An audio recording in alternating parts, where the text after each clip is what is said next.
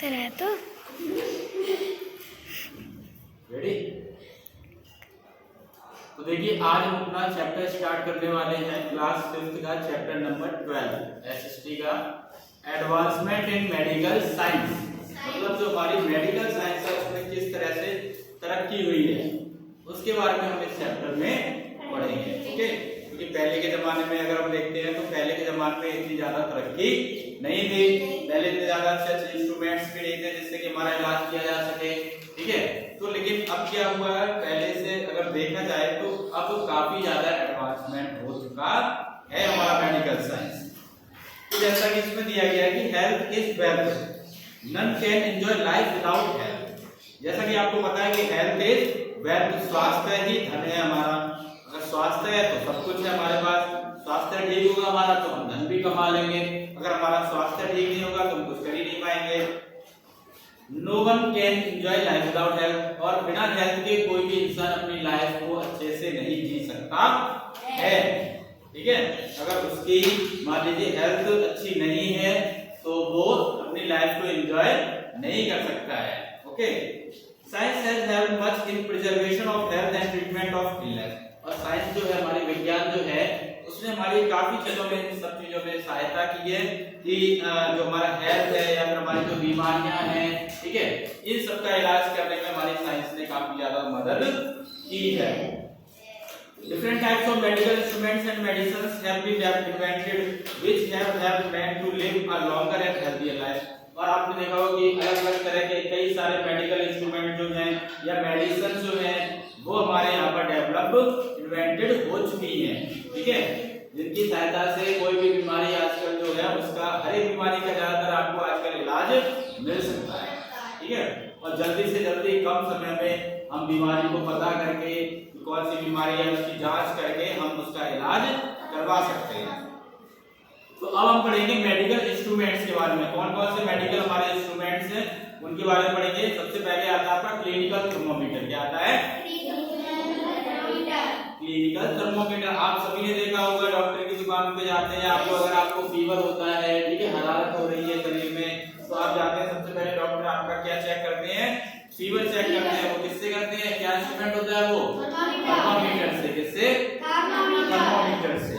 तो thermometer was invented by a German physicist Gabriel Daniel Fahrenheit in 1750। और thermometer का जो आविष्कार हुआ था हमारा, वो एक जर्मन के फिजिसिस्ट थे गैब्रियल डैनियल फेरनाइट। इन्होंने किया था 1715 में। कब किया था? 1715 में। It is a glass tube with a bulb at one end filled with mercury. इसमें होता क्या है, ये ग्लास का एक ट्यूब होता है, ठीक है, और उसके एक एंड पर आपको इस तरह का ही होता है मान लीजिए, और उसके एक एंड पर आपको क्या मिलेगा? बल्ब, छोटा सा बल्ब मिलेगा। उसमें क्या फिल्ड होता है? मरकरी। ठीक है, मरकरी फिल्ड होता है आपका, एक वो एलिमेंट होता है मरकरी, वो इसमें फिल्ड होता है। और वो हमारा कैसा रहता है? लिक्विड फॉर्म में रहता है। कैसा रहता है? और उसको जब हीट मिलती है, क्या मिलती है? जब उसको हीट मिलती है तो दिया गया है when the thermometer touches the body it heats up with the body heat. Mercury present in the reaches a definite part denotes by the body temperature. तो इसमें होता क्या है कि मान लीजिए ये हमारा, ठीक है, तो इसमें कुछ नंबर भी लिखे होते हैं 96, 94, 94, 95, 96। फ़ारेनहाइट में होता है। वो किसमें होता है? फ़ारेनहाइट। मतलब बुखार को नापने की एक वो होती है हमारी स्केल होती है, उसको फ़ारेनहाइट बोलते हैं। एक तो सेल्सियस होता है, आपने मैथ में भी पढ़ा होगा, सेल्सियस से फ़ारेनहाइट में कन्वर्ट करना। पढ़ा है कि नहीं पढ़ा है?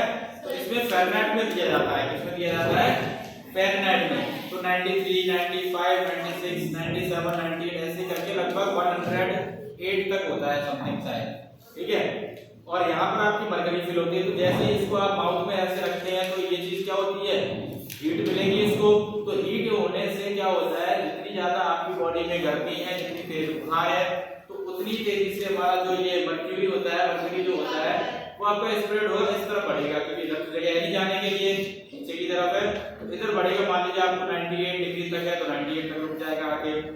98 से ज्यादा है, 99 है, 100 जो होता है, कभी 105 तक चला जाता है, 4 तक चला जाता है, तो काफी तेज फीवर होता है, हाई फीवर होता है वो। ठीक है, तो इस हिसाब से हमारा थर्मोमीटर जो होता है वो काम करता है।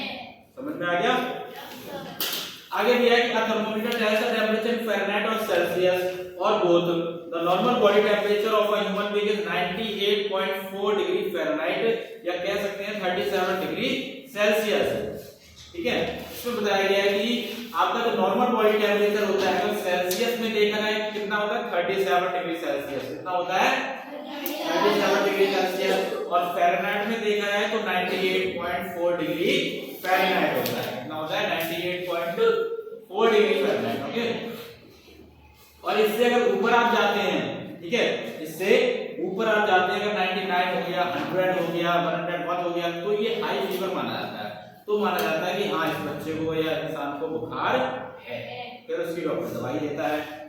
तो प्रेजेंटली क्या है कि digital thermometer are commonly used, they tell the temperature in digits, they are easier to read. अब आजकल पहले क्या होता था, वो वाला हमारा थर्मोमीटर आता था पहले, कांच का होता था पूरा ग्लास का, ठीक है, उसमें नंबर लिखे तो उसमें हम लोग नहीं पता कर पाते, बच्चे वगैरह नहीं पता कर पाते हैं, ठीक है। लेकिन अब आपके डिजिटल थर्मोमीटर आ गए हैं, उसको आप घर में भी यूज कर सकते हैं।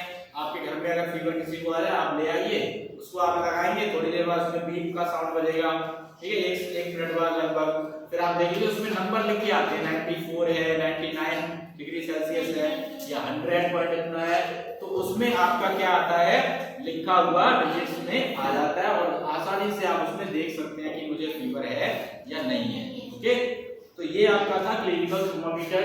समझ में आ गया अच्छे से? Yes sir. ओके, स्टॉप कर दो।